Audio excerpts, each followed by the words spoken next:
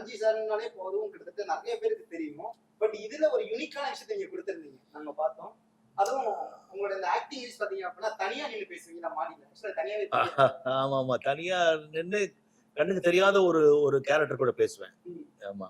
ஆனா உங்க கண்ணுக்கு அது தெரிஞ்ச மாதிரி ரியலிட்டிக்கா இருந்துச்சு. Oh, thank you so much. அதுதானே இது கதையே, ஸ்க்ரீனோட சீனோட கண்டென்ட்டே அதானே. கண்டிப்பா. So instead of showing the character, அது அமானுஷ்யமா வந்து பேசக்கூடிய ஒரு கேரக்டர் இல்லையா?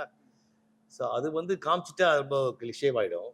காமிச்சா அது பேய் படம் ஆயிடும் ஆக்சுவலி. ஆமா. அதனால அது எங்க காமிக்காது. கதையில அது கிடையாது, அது பேய் கதை கிடையாது. இது ரொம்ப ஃபர்ஸ்ட் டைம் இல்லாத உருவத்தை பார்த்து ரசிச்சது அந்த மூமெண்ட். அது ஒண்ணுமே இல்லை. டைரக்டர் சொன்னார் கேமரா லென்ஸ் பார்த்து பேசுனா, லென்ஸ் தான் அந்த கேரக்டர்னும் போது லென்ஸ் பார்த்து பேசும்போது அது அந்த அளவுக்கு ரியலிஸ்டிக்கா வந்திருக்கு.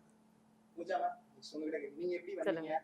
ஸ்கூல்ல நாங்க தான் ராஜாவோட டிரெக்டர் நிதிஷ் சார். அவர் வந்து ப்ரீவியஸா ஒரு வெப் சீரிஸ்ல ஒர்க் பண்ண அவர் கூட. ஸோ அங்கதான் அவர் like I know him. So அங்கேருந்து அவர் கூப்பிட்டாரு எனக்கு இதுல. ஸோ நல்ல கேரக்டரும் நல்லா இருந்துச்சு.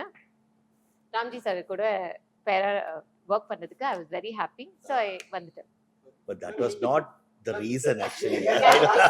நான் நிதிஷ் சார் அவர் சொன்னோன்னே அவர் நம்பிட்டு definitely story also was nice. So I came in for it. Nice.